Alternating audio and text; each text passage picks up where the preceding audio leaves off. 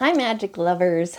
I am back again with another reading from The Golden Telescope, Book 1 in the Jack and the Magic Hatmaker series. Sorry that I'm stringing you along here and making you have to wait for chapters, but we'll get this finished eventually. So thank you for hanging in there with me. If you've listened to my other readings, you will know that last episode we read chapters 29 and 30. And so we are getting really close to the end now. So I hope that you guys are all doing great. We are doing well.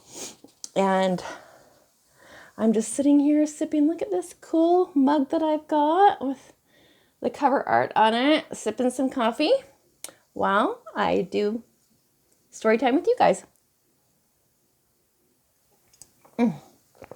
Anyhow, if you have not listened to the other episodes, you're going to want to go back and do that so that you're up to date with what's going on in our story. So if you haven't done that, I recommend you go and do that first and then come back and listen to this so that, the whole story isn't ruined for you. All right, let's start with chapter 31 today and we'll see how far we can get. Chapter 31, The Heir Apparent. Stockholm, Sweden, present day. The Royal Swedish Opera House was ablaze with light as the black stretch limo slowed to a stop in front of the edifice.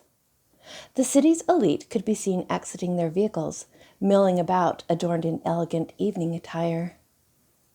Tonight, dear nephew, not only represents your introduction to Stockholm's aristocracy, Inez looked across the car to where Ethan was seated facing her, but also provides an ideal opportunity to test how well you have mastered the skills we have been teaching you. The 15-year-old looked dapper in his designer tuxedo, his glossy curls held in place by a touch of styling gel. Ethan rolled his eyes. "Oh, you don't need to worry. I'll pass any test you want to throw at me, Auntie." "I'm confident you will, Ethan. But this will be a fun exercise regardless." Inez and Clara were dressed to impress in extravagant evening gowns, their necks and ears dripping in precious gemstones. Inez's style was classic and distinguished, while Clara chose a slinky, floor-length gown covered in copper-colored sequins. Clara exited the vehicle first, handing a white mink coat to Flamel, who faithfully held it as she slipped her arms inside, then stepped to the side for Inez, who stepped out of the car, already wearing a black fox stole around her bare shoulders. The sisters turned and watched as Ethan emerged from the vehicle, donning a full-length black wool coat and cashmere scarf. The three of them locked arms, Ethan in the center, and together they walked to the entrance of the building. "We have a reserved box upstairs, not far from the king's box," Clara whispered in Ethan's ear as they ascended the ornate burgundy and gold staircase leading to the second level. Once seated, Ethan still between his two aunts, Inez lifted a pair of gold-colored opera binoculars to her eyes in search of possible victims. "There," she whispered to Ethan. "See that man across the hall? The bald one with gray around his ears?" She discreetly pointed. "Yes, I see him." "Tell me what he's thinking about," Inez said, her smile twisting into a malicious grin. Ethan pursed his lips, his eyes traveling across the crowd until they rested on his target. He focused intently on the man in question for barely a moment, then abruptly burst into laughter. When those sharing the box with them glared at him in disapproval, he recovered himself, then turned to his aunt and lowered his voice. "He wants to do naughty things with that much younger brunette woman wearing the low-neck red dress right in front of him." Ethan looked at Inez. "Trust me, you don't want details." He laughed again under his breath. "Very good," she said. I happen to know there has been a rumor circulating about that very thing, so your insight is spot on, nephew." Inez once again lifted the binoculars to her eyes, searching for another ideal candidate. "See that woman there? The one with the salt and pepper hair swept up into a French twist?" she whispered again to Ethan. He nodded, and Inez continued. "What about her? What is spinning around in her head at the moment?" Again, Ethan focused on his victim, but this time he didn't laugh. In fact, his expression fell. "She appears content on the surface, but underneath that facade, she is filled with desperation. Her business is collapsing, and she feels helpless to save it," he answered. "Oh, really? How very insightful." Inez gazed with renewed interest at the woman in question before continuing. "Your talents will be very useful to us, dear nephew," she said in a hushed tone, as the lights in the venue dimmed and the curtain began to rise. "There are some developments you should be aware of, nephew." Inez addressed Ethan across the breakfast table as Philomel filled her coffee cup. He looked at her, left eyebrow raised in expectation, as he sunk his teeth into a whipped cream-covered bite of Belgian waffle. "Yes, well, it has to do with your little brother, Jack." She paused. Ethan wiped his mouth with a white cloth napkin and set it down on the table next to his plate. "I'm listening." He gazed intently back at her. Inez glanced at Clara and tipped her head, indicating she should tell the story. "You see, Ethan," Clara began, clearing her throat. "I don't know where to begin." She tossed her red hair nervously. "As you know, Jack is almost 13 now, and just like when you were that age, his magical abilities have now manifested." Ethan's eyes widened. "What? How do you know? What kind of magical abilities?" He shot back at her. "Well, that's just it." Inez took over. "We aren't sure yet." "Then how do you know his powers have been activated?" Ethan looked across at her, his expression irritated. "Because his Uncle Earl wears a ring just like the one your uncle wears," she said, and Ethan's expression seemed to relax. "It came to life in front of us. There is no doubt he is interacting with some type of magical force, but that's not all." Again, Inez looked at her sister. "We received news from Earl just this morning," Clara picked up the conversation, "that Jack is missing." There was silence in the room as Ethan absorbed this information. Ethan lowered his fork full of waffle back to his plate, frowning, not with anger, but with concern. "Missing? Where did he go?" "No one knows," Inez said. "We've had someone following him ever since we became aware that his powers had awakened. His uncle and aunt were planning to get on a plane with him tomorrow morning to bring him here. But let's just say that he was resistant to the idea." She paused and looked at her nephew. "So we took measures to ensure he would have the same opportunity you had to meet with us so that we can dispel some of his confusion." "I don't get it," Ethan began slowly. "Why was Jack confused? Did crazy Grandpa Edward send the butler to try to snatch him away, too?" Inez looked at Clara again. "That's highly unlikely," she said. "We didn't want to distract you from your studies, so decided not to tell you that your grandfather passed away not long after you came here to live with us." Ethan stared at her for a long moment, then turned his gaze to Clara and back again. "So you don't believe there is any threat from Crazy Grandpa and his butler anymore?" he asked them, emotionless. "No, we don't believe so," Inez replied. "With Sir Edward gone, Arthur has no powers of his own. So we are quite confident Jack hasn't had the experience you had with the butler.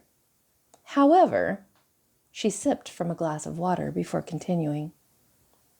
We do have reason to believe your brother is probably in Ireland. She paused. And we believe he was transported there by magical means. How is that possible, with Grandpa and the butler out of the picture? Ethan asked.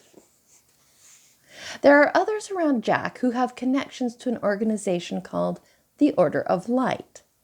Friends of your grandfather's who are also magic workers. Some of them may possess the ability to transport him using magic. We believe his best friend's father is connected to that order.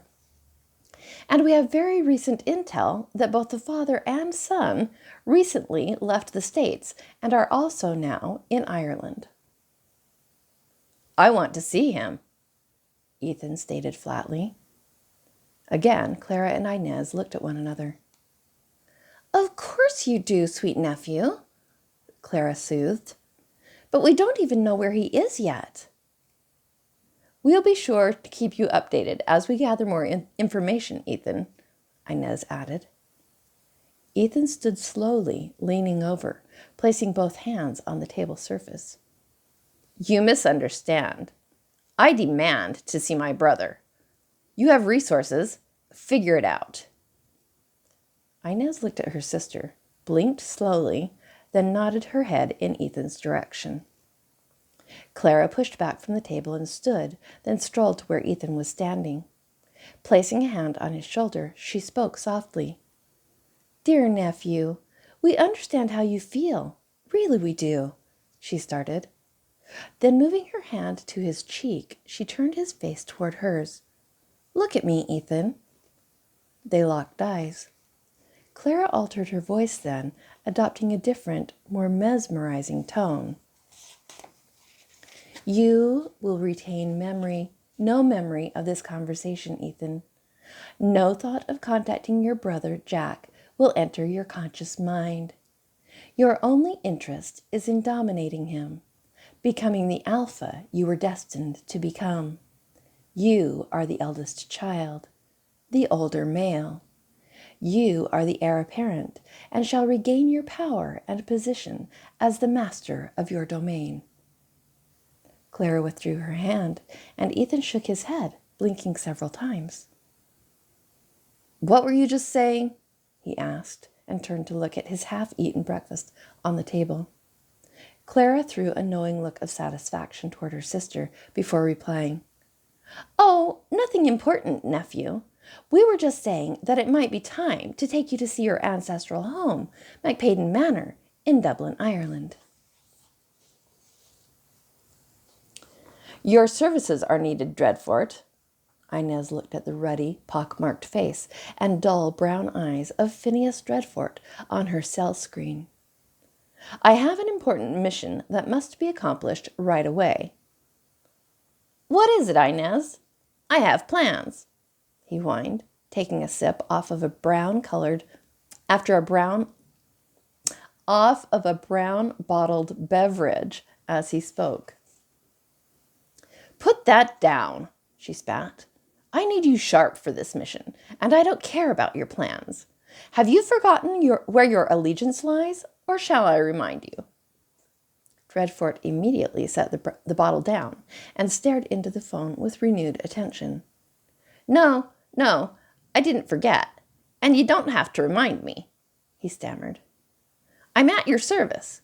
What do you need me to do? That's more like it, Inez smirked. I want you to scout something out for me. You'll need to be discreet, but I have a hunch, so I need eyes on a potential situation. Dreadfort pursed his lips. Sure. I need you to go check on MacPaden Manor, Inez continued. Keep your distance and observe comings and goings.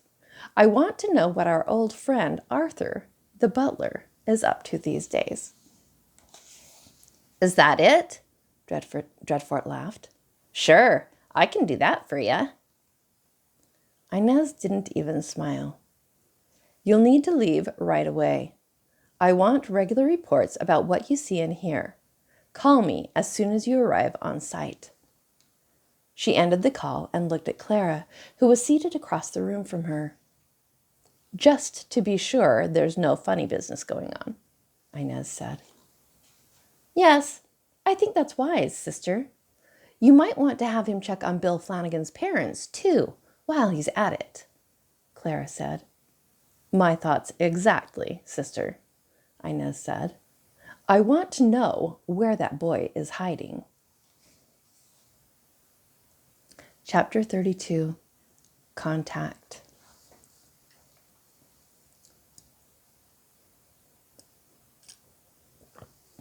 Dublin, Ireland, present day. "I think it would be a good idea to have the boys join us as we inspect this telescope. Don't you think, Bill?" Arthur said, looking across the coffee table. He and Bill were seated in the library and had been reminiscing over brandy when their attention finally turned to the unusual object. "Yes," Bill agreed. "I'll just text Bart and save us a trip up those stairs," he laughed and pulled his phone from his pocket. "Why don't you and Jack join us in the library? We want to talk about the telescope." "We'll be right down," came Bart's reply. It wasn't long before the two men heard laughter and heavy footsteps lumbering down the wide, carpeted staircase, and the boys' smiling faces showed up in the opening to the library. "Come on in," Arthur instructed when they hesitated at the door. "Have a seat." Arthur stood and pulled two brocade-covered chairs with carved walnut backs closer to where the two men had been sitting. The golden telescope was on display in the middle of the coffee table. "Jack, I regret that I didn't have a chance to ask you about your experience with this thing before you left Portland." He paused and looked at Jack. "I hear you touched the telescope 3 times, yes?" Jack shuffled on his seat, bringing his leg under him so he could lean in close to the telescope. "Yes, but I was only transported the first 2 times." "It didn't work the 3rd time?"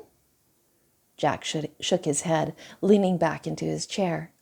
He glanced sideways at Bart before saying, "Yeah, no, it didn't work. I don't know if I put my hands on it the wrong way or what." Arthur spoke next. "I wonder if it might be a timing issue."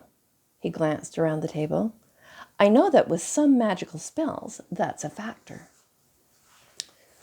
"You mean there might be a time delay or reset element to the thing?" Bill asked. "That's a very distinct possibility." They all sat staring at the telescope for a couple of minutes. Then Bill said, "Okay, so I'll address the elephant in the room." He turned to look at Jack. "How do you feel about testing it out again now, with all of us here with you?" he asked. Jack sat there staring at Bill for a minute, then looked at Bart, who shrugged. "I guess I could do that," he said. "Last time Bart and I agreed I would hold it for 30 seconds before he pulled it out of my hands." Bill nodded.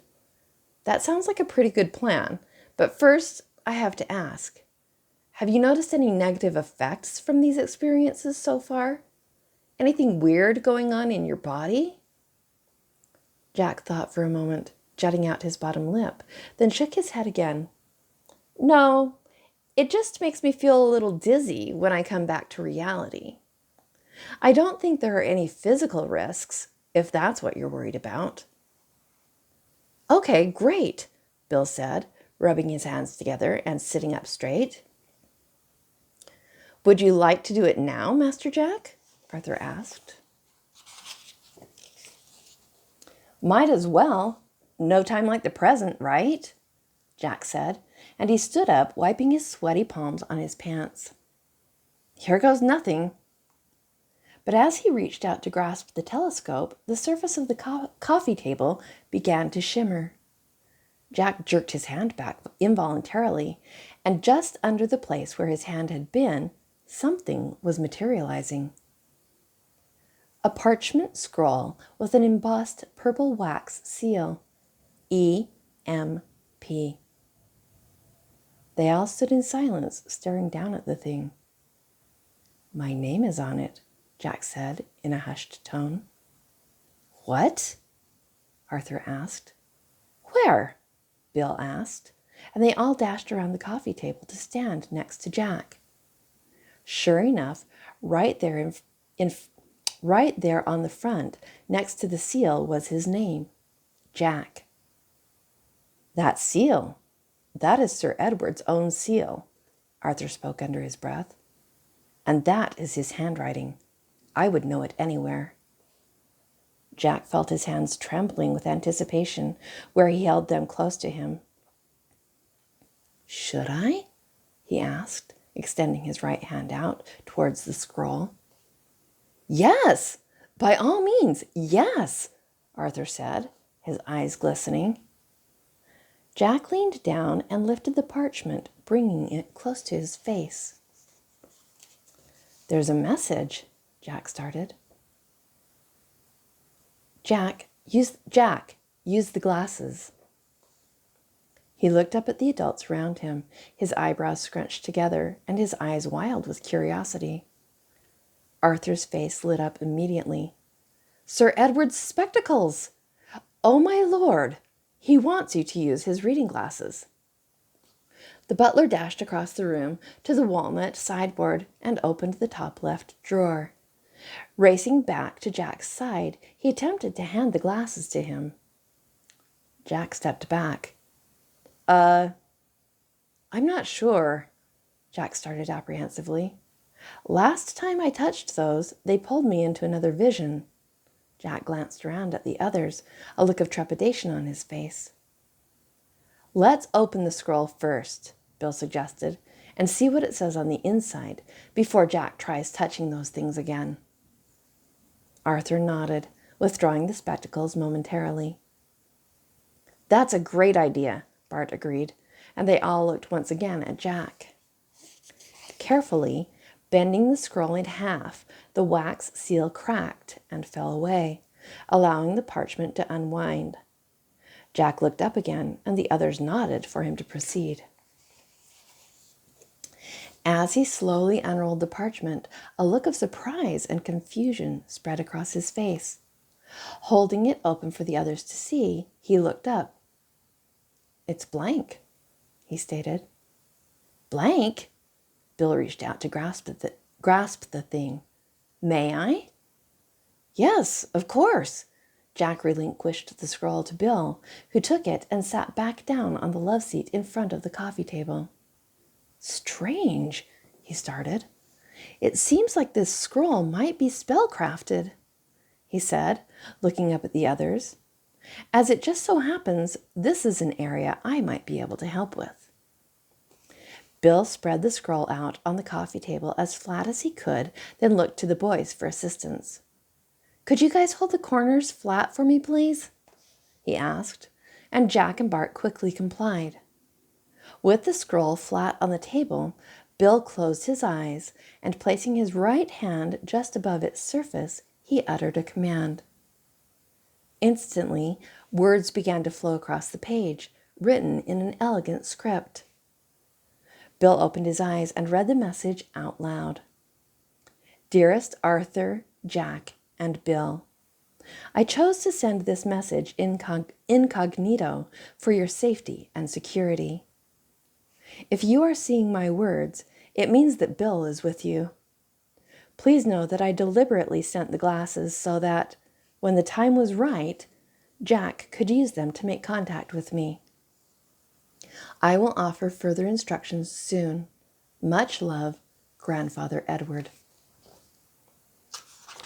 And that's the end of today's episode. My next reading, my next episode, and I know I have not been reading every Monday, Wednesday, and Friday, so I'm not going to commit to necessarily a day, but my next episode, we will be reading Chapter 33, Exposed, Stockholm, Sweden, present day. So, I hope you enjoyed my reading, and I hope you're getting giddy with anticipation for the conclusion, which is coming very quickly. This is where we're at. Only this much left. So, I will see you again in the next few days to read that to you. If you've liked this reading and you're enjoying my videos, I hope that you will please subscribe and ding the little bell so you receive notifications every time I upload new content. And give me a thumbs up because it really helps, apparently, with the YouTube algorithm. And so that will help more people find me. So I really appreciate any help that you can give me in doing those things, as well as sharing these videos with friends and family that you think might also enjoy this story. If you're interested in buying the books, they are available on all the major outlets, and I will go ahead and leave links for those down below. And then I will look forward to hearing from you soon. Take good care.